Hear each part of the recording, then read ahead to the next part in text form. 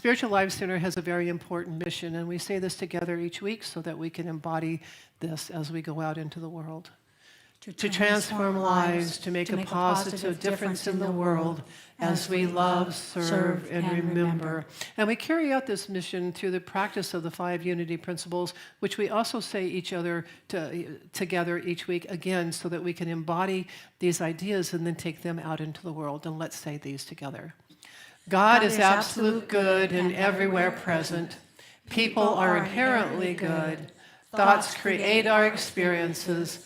Prayer and meditation are how we connect with God, and we must take action. And I have to just say that at the first service, we didn't have the PowerPoint, and we found out how attached we are to our technology because the announcements were very different than they're going to be. Oh, shoot, that's true. This Wednesday, we have our community meal Wednesday the 18th at 6 p.m. And let's have some holiday cheer. So we'd love to see you for the community meal. There is no service this Wednesday, but we always have a good time talking, chatting it up, spiritual discussions, all kinds of things. So we'd love to see you. And if you would please RSVP, that would be fabulous, by Tuesday around noon, if possible. So that's on Wednesday. And then Donna's is offering her transformation class. It begins a month from today. Well, actually, it's on a Wednesday, January 15th to February 19th. And she does a beautiful job. It's a book that she wrote called Transformation, and it is a great class. It's usually kind of relatively small, which is fabulous. So you get to know other people, and you get to the core of who you are. It's a spiritual journey, and I highly recommend the class. It's definitely worth taking. And there's going to be a video for you from Donna. Hi, I'm Reverend Donna Epidoni, and I'm here to encourage you to be part of Transformission, a new class starting at Spiritual Life Center in mid-January.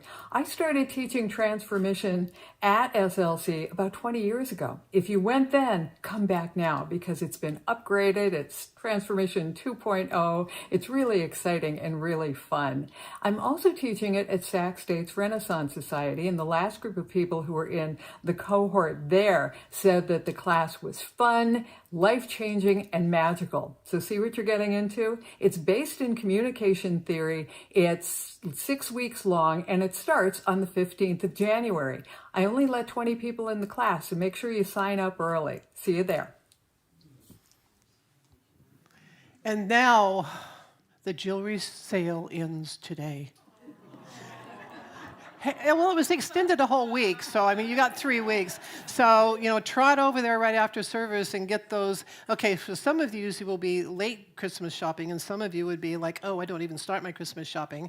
So, but, there's lots and lots. You still have lots of inventory, don't you? So, yeah, go, and remember, this all supports the YOU rally trips that our YOUers take. So, support the kids.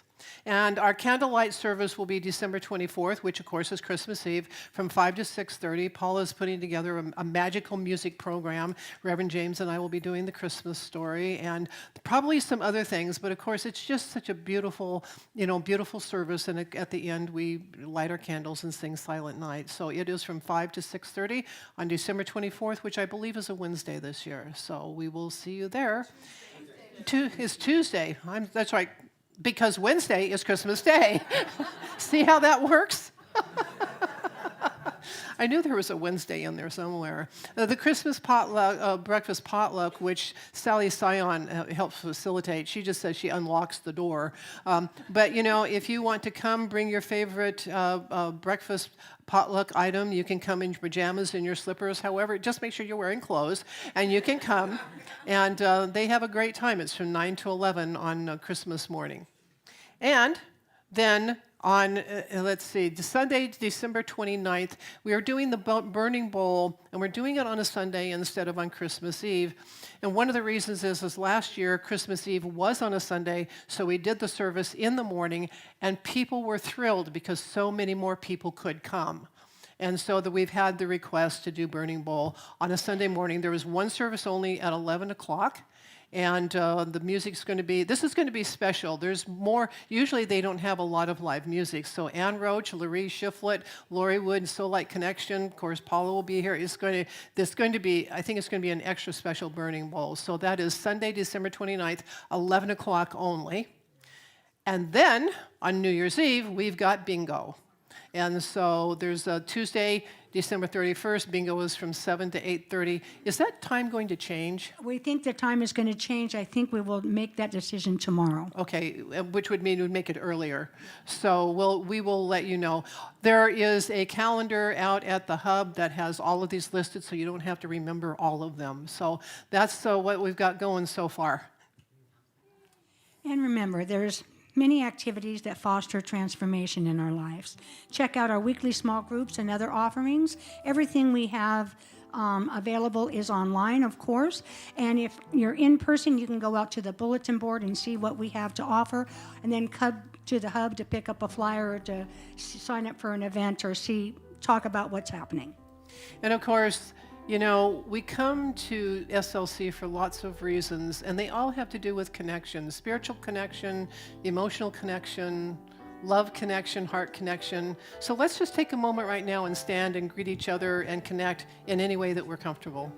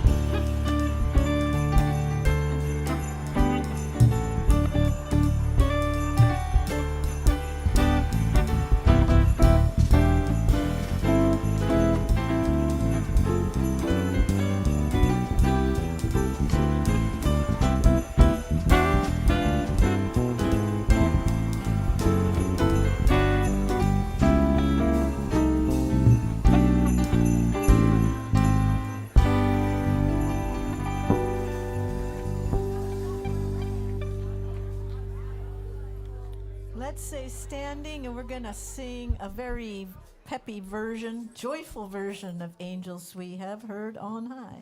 As soon as I find my sound. Where is it? It's like the thing again. 1, 2, 3, 4.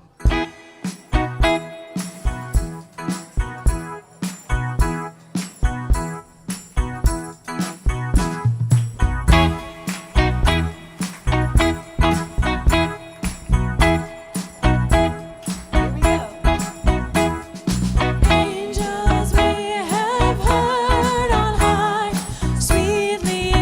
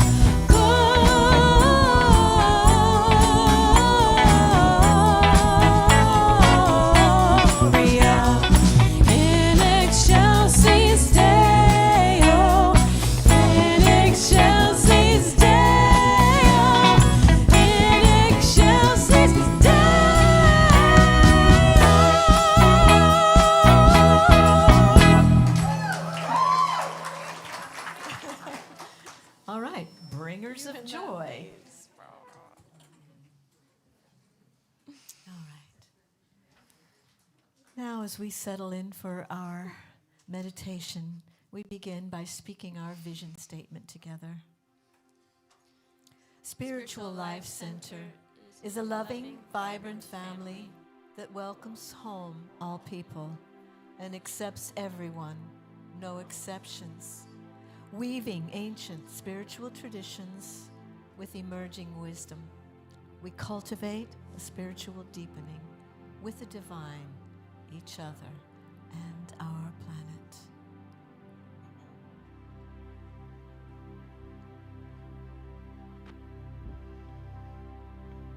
I am one with God. I know the truth. I am one with creation and one with you. There is no separation between all that is.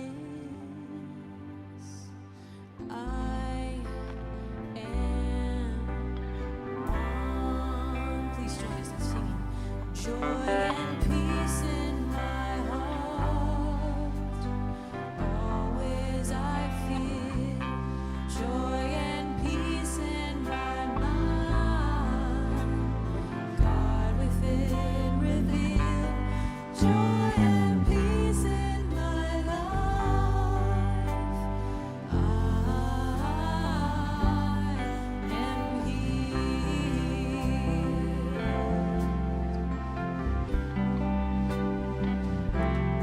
Joy and peace in my heart. Always I feel joy and peace in my mind. God within reveal joy and peace in my life. I am healed.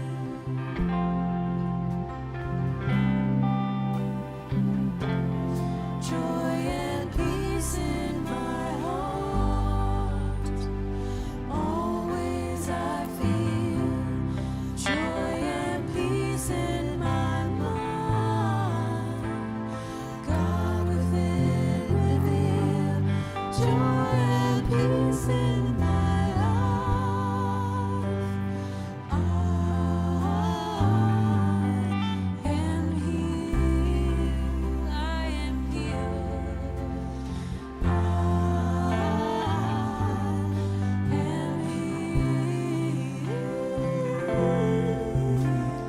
I am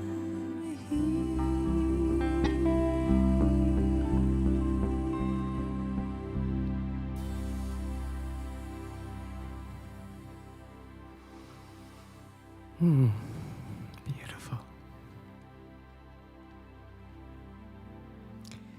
As we move into this time of meditation, let's breathe together. Breathing in and breathing out. Breathe in the vibration of that beautiful chant. Music is the perfect grounding for meditation. It touches our soul, opens our hearts, and prepares a sacred space within us for communion with our Creator, our God. Joy and peace in my heart, my life, my mind. God revealed. I am healed. God revealed. Breathe that in. deep into your belly. God revealed. All the love, all the peace, all the joy we could ever desire is right here, deep within us. God revealed. And in that, peace revealed, joy revealed.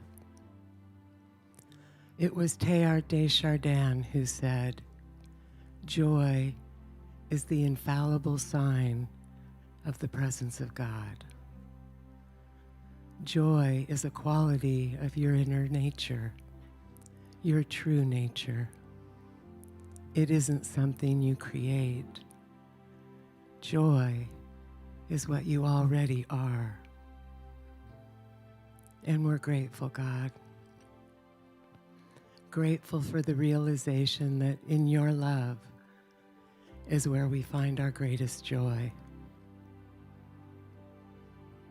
No matter what you're going through, there is a presence and a power within you that is willing to meet whatever you're facing right now. Your joys as well as your sorrows. The anxiety is in the resistance. And so we slow down, we stop, and we breathe. Breathing in and breathing out. Bring your attention to your heart and begin breathing through your heart. Breathing in and breathing out.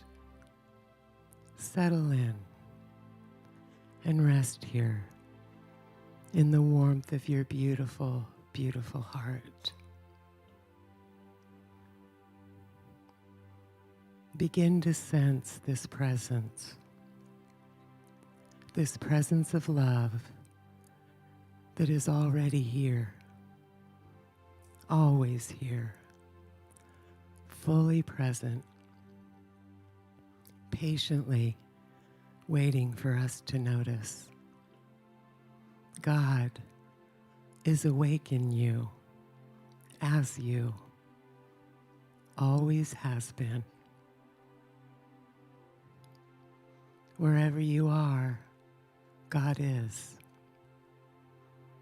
Right where you stand is holy ground.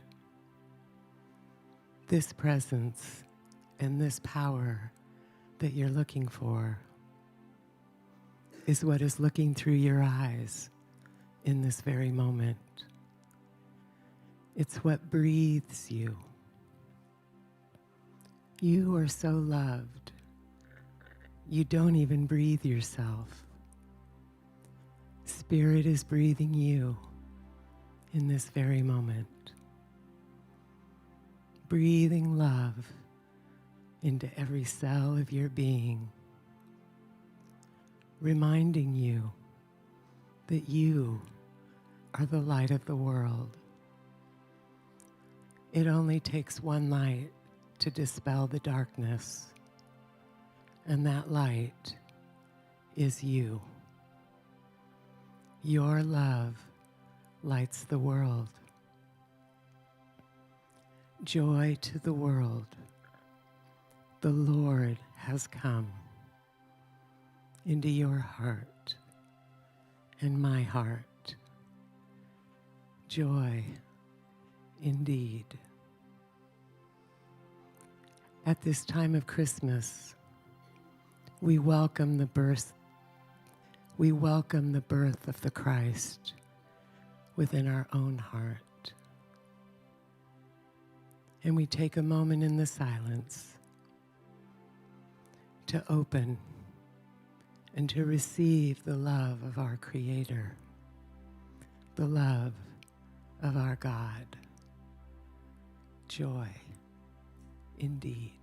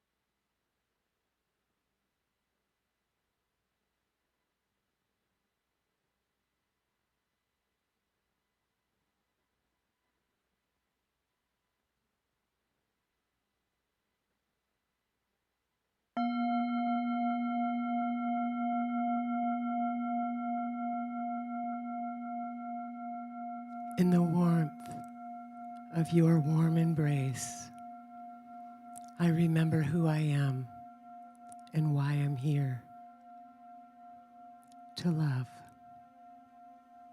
Here I am, God. Use me. Light the world through me. Let's love recklessly, my friends, bringing joy to the world, to all the boys and girls, and joy to the fishes in the deep blue sea, and joy to you and me. And so it is. Thank you, God.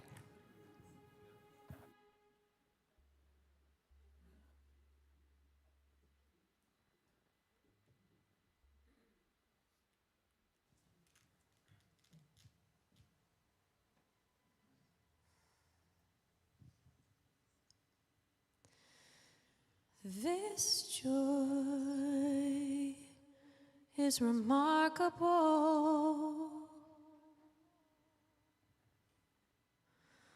This joy is contagious.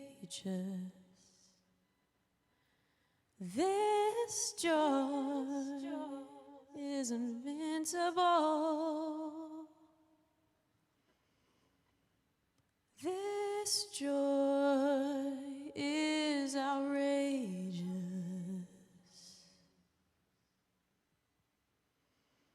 It's more than I dreamed of. I love this joy.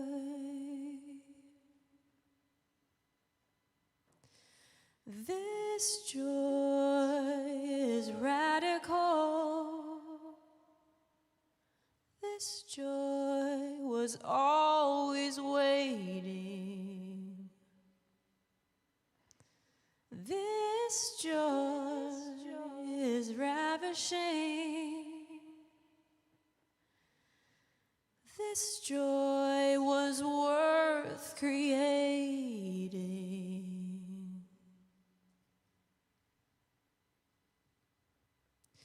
From things I let go of, I love.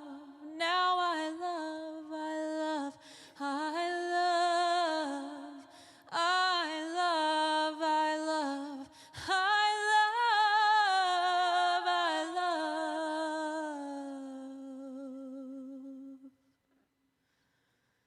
this joy.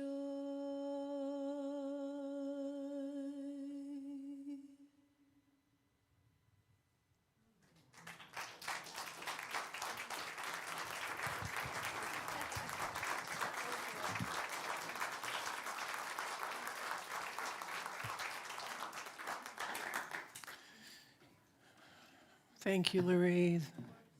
There's no words. Go ahead.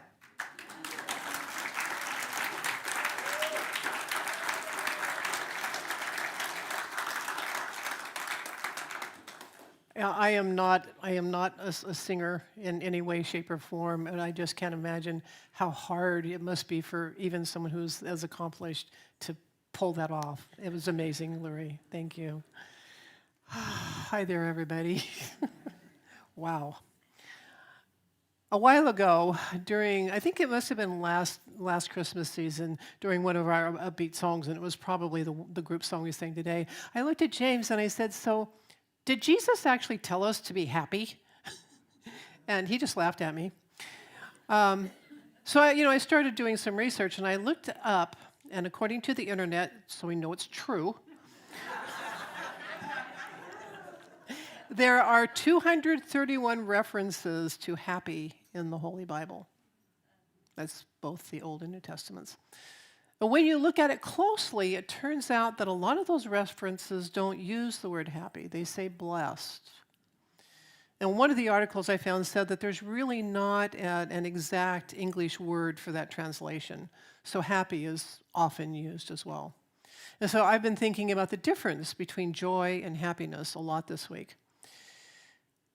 it may sound like hair splitting, and this is, and more than one person suggested I would make a good lawyer, and I'm not sure that's a compliment, but an exercise in hair splitting can be very helpful if we want to raise our consciousness, because it's a way to discover what we really think about something.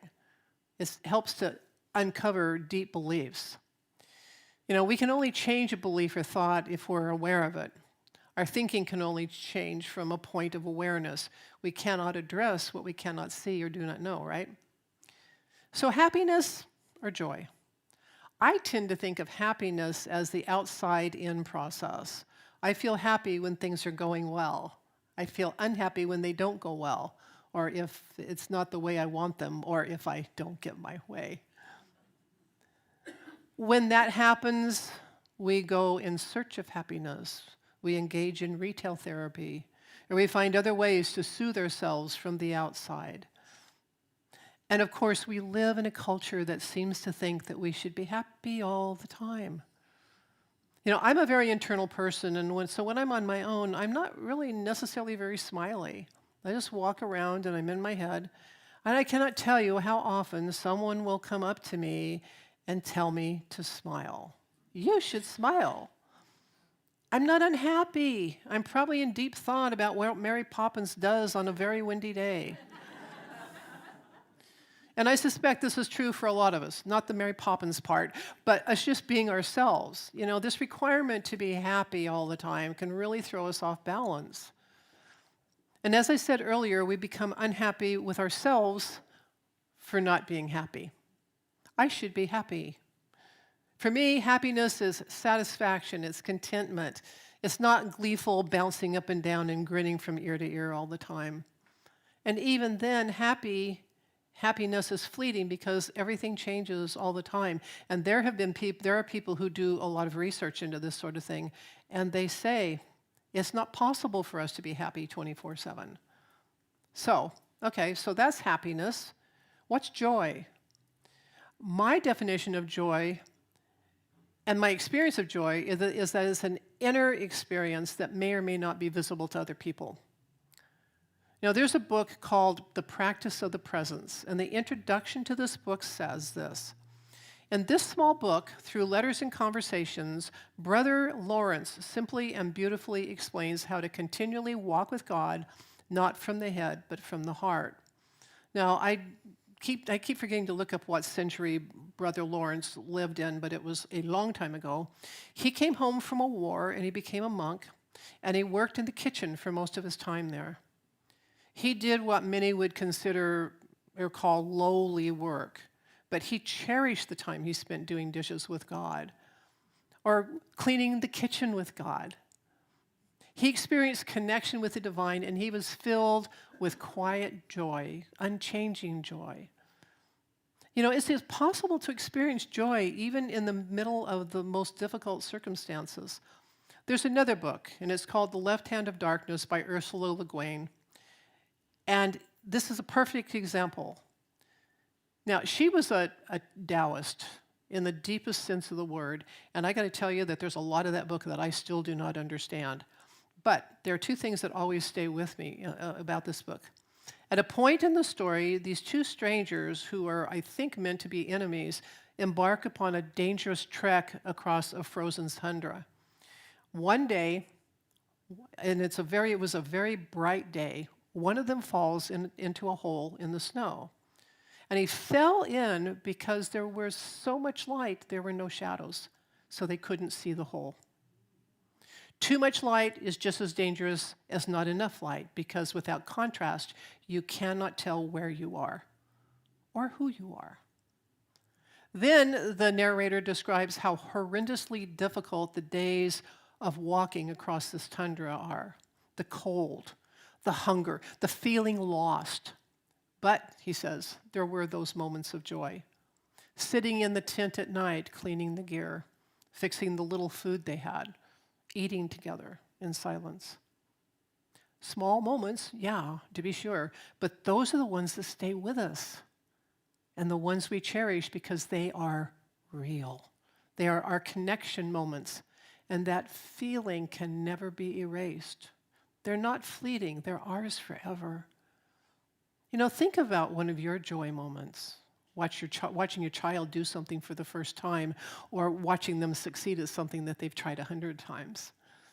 Sitting with a pet and just being with them, or trying to get a difficult task completed.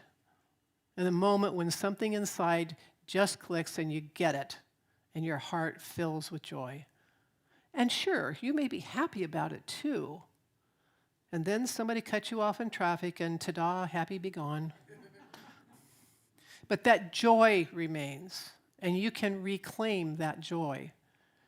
Yet another book is called Near Enemies of the Truth by Christopher D. Wallace. This book is an exploration of how to stop spiritual bypass, and it's from a Buddhist perspective. And I was actually really excited when I found this book because I thought it'd be a great faith in action book. But it reads a little bit like a light dissertation, and I could just imagine people coming and saying, "Footnotes in Faith in Action, Deborah?" I don't think so.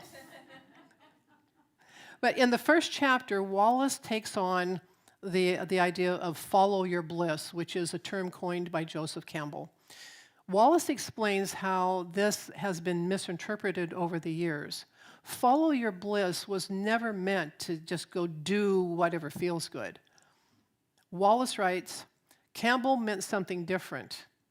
He was suggesting that we follow the thread of our passion wherever it leads, despite any heartbreak along the way. And then he says that there's a story that circulated later that Campbell actually said, "I should have said, follow your blisters." Now, that's an unconfirmed quote, but it does make sense. And Wallace also notes that the word passion also connotes as suffering, as well as love. And remember that suffering actually means to endure. Not everybody has what they would call a passion, something that they just cannot keep themselves from doing. The thing is that I think it's the extroverts that they're out there with their passion, and the introverts are going, yeah, I really like this, and I'm doing this. We are called to our own paths, and our paths can be very challenging at times. Joy, as Reverend Janée said in her meditation, joy cannot be created or forced. Not even this time of year, and honestly, this time of year is when joy and good cheer can be the most challenging, partly because we're supposed to be doing it, right? There's just so much pressure to do and feel good about doing it all. Egads. Yet, when we go within, we encounter joy in the midst of life, joy in the midst of Christmas, holiday crazy. Joy in the connection with your inner self. Joy in the deeper connection with others. Joy can arise at any time, anywhere, in the middle of an uplifting experience or in the challenge of a very serious challenge.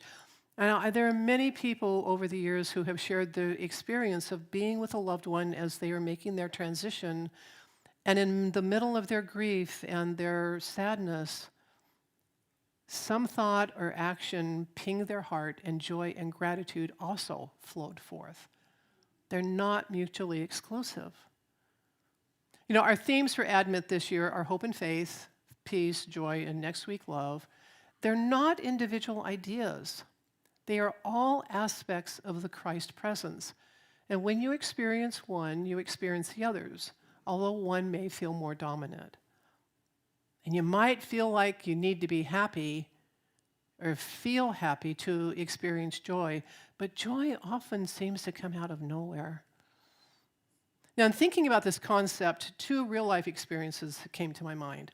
One happened in a grocery store. I was walking down an aisle, and a woman was coming, from the other direction, and her head was down, and she had a very somber expression on her face. And as we came near to each other, she looked up, and seeing me, she broke into this huge grin, and she said, "I love your hair." And then she just went on.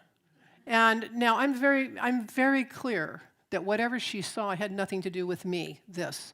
This was not an ego strike. This woman was in some other place, looked up, saw something that spoke to her, and her whole demeanor changed in a second. All I was doing was walking along, wearing my hair. That woman got a joy hit out of that, and that brought me joy. And that sort of seemed to come out of nowhere, right? The other real life thing is ongoing every winter. Many of you have probably seen me wear this scarf. Okay, stop, thank you. So there's a craft fair okay, sorry. This piece of fabric brings the most interesting energies into my life. You know, there's a craft fair that they have at Cal Expo every year, a really big one. And there's a woman there who has a booth where she sells all kinds of scarves. And several years ago, I had purchased a couple of scarves because you got to get the right colors for the platform. And her booth was very busy. My husband was out, waiting for me. So I wanted to just check out and go. So when it was my turn and I walked up, the lady told me that I had purchased enough other things that I could have a free scarf. Well, I was in a hurry and I wanted to get out of there. And so I just turned around, and there was people all around me, and I just turned around and I grabbed the very first thing I saw. This is that free scarf. It is one of my most beloved possessions. Now, every single time I go out wearing this scarf, at least one person will comment on it. How pretty it is, how it goes with everything. And then, of course, I get to tell my scarf story and how this piece of flannel came into my life and brought it with it an ongoing channel for joy. I have lovely conversations with complete strangers.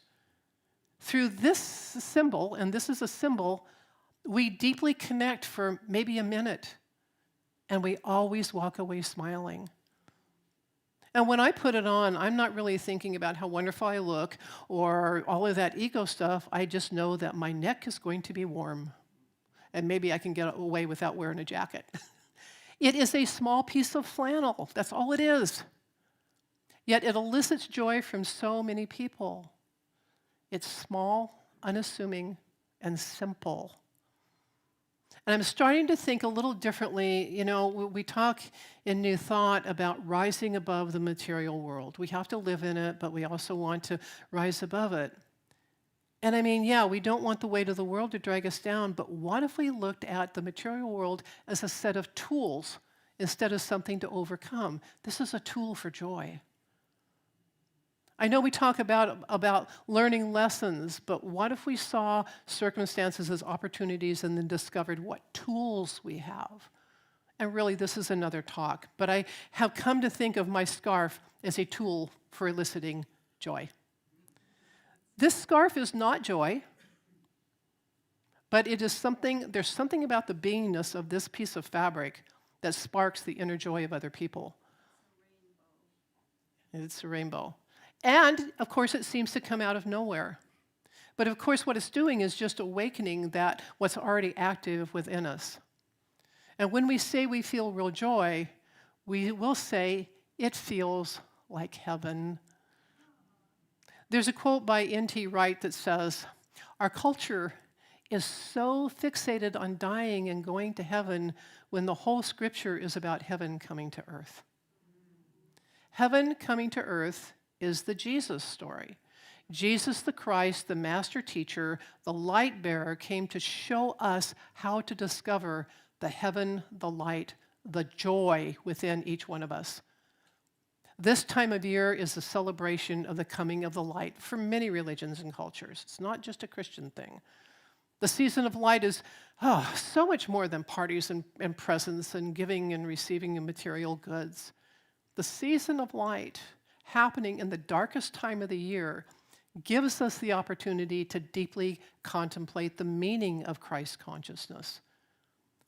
The Christ consciousness is the purest part of us. We all carry it, and what we are doing here is learning to recognize it in ourselves and in others. Doesn't mean that we're supposed to deny our humanness. In fact, the only way we can fully open to the Christness of us is by fully accepting our human nature first. By trying to override our humanity, we cancel out everything else. Jesus was the example of how to be human and whole and fully aware of our divinity within. And we celebrate the birth of the Christ consciousness each year as a reminder that we do not come here to find joy. We come here to be joy. Joy is real. It is quiet. It is subtle. It is divine. Joy is an expression of our inner light. And the expression of our inner light, our joy, is the real reason for the season.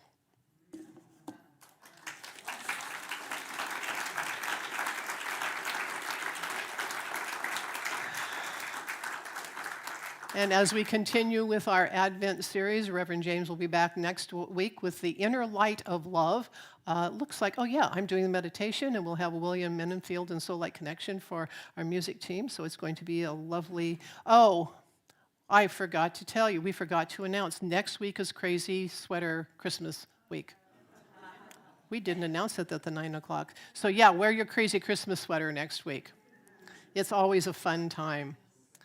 So if you are wanting to have some prayer, whether you have something to celebrate or something that you are concerned about, our chaplains are here to sit in prayer with you. You can find them out in the courtyard, and they love spending some time with you. So be sure to go find them if you feel the desire or the need. And of course, we love to welcome our newcomers. If you are watching us online, you can go to slcworld.org and click on the Connect button and fill out the welcome card, and then that will get you connected so that you know what's going on at SLC. And if you are here today, we love to greet our newcomers, and so I'm going to ask you in a moment to raise your hand. If you raise your hand, we'll give you a card, and then you can take it out to the welcome table and receive a gift and a very warm welcome. We have any newcomers today? Anybody here for the very first time? Okay, as Reverend James would say, we're all family, and of course, if you're different today than you were yesterday, we're all newcomers, so welcome.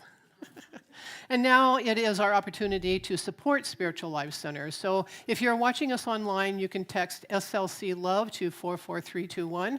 Of course, you can also go to slcworld.org and click on the donate button, and you can always mail in an offering should you choose to do that as well. And if you are watching online, please click on like, comment, share, subscribe, or whatever the app you're on asks you to do, because this is an important message that the world needs right now. And so the more that if you share, then the people that you share with and continue to share, it just sends that message out like ripples in a pond, and we think that's an absolutely wonderful thing to do. So please do that.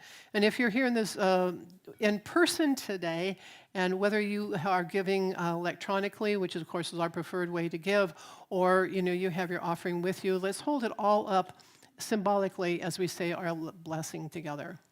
Divine love, as me, blesses and multiplies all that I am, all that I have, and all that I circulate. Thank you, God.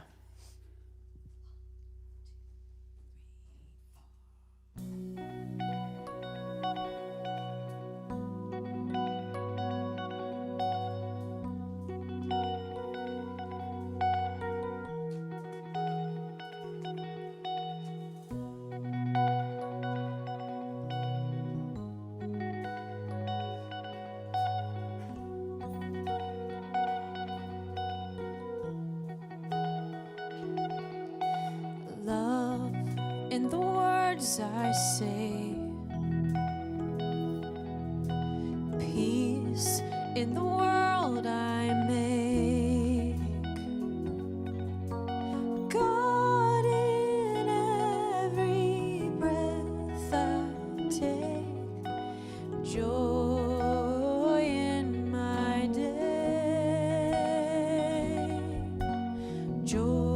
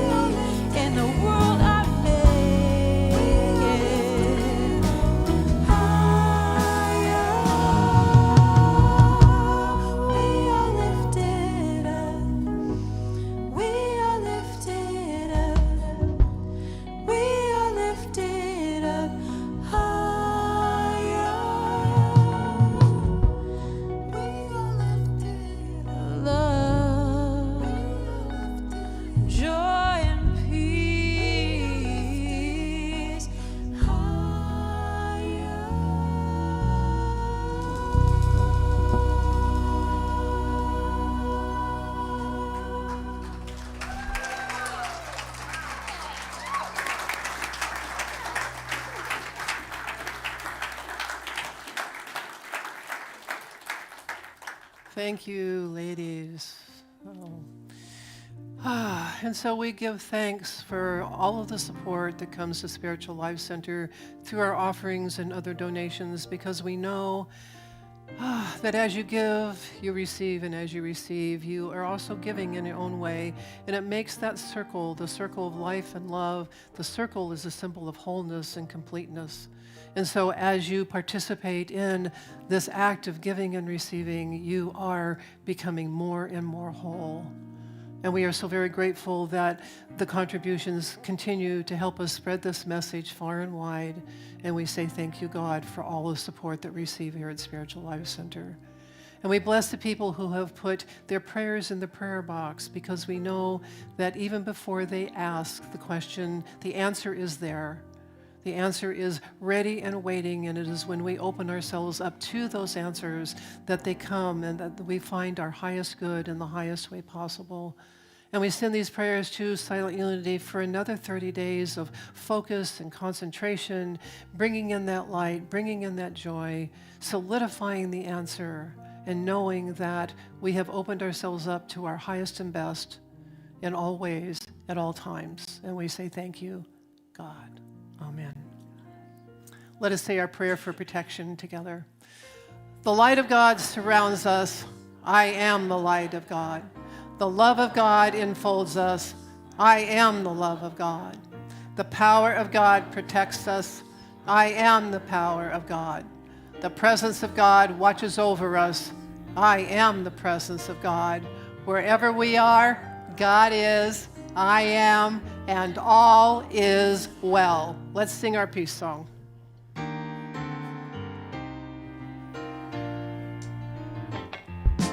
Let there be peace on earth, and let it begin with me. Let there be peace on earth, the peace that was meant to be. With God as creator, family, all are we, family, all are we. Let us walk with each other in perfect harmony. Let peace begin with me. Let this be the moment now. Let this be the moment. With every step I take, let this be my joyous vow. To take each moment and live each moment in peace eternally. Let there be peace on earth, and let it begin with me. Let it begin with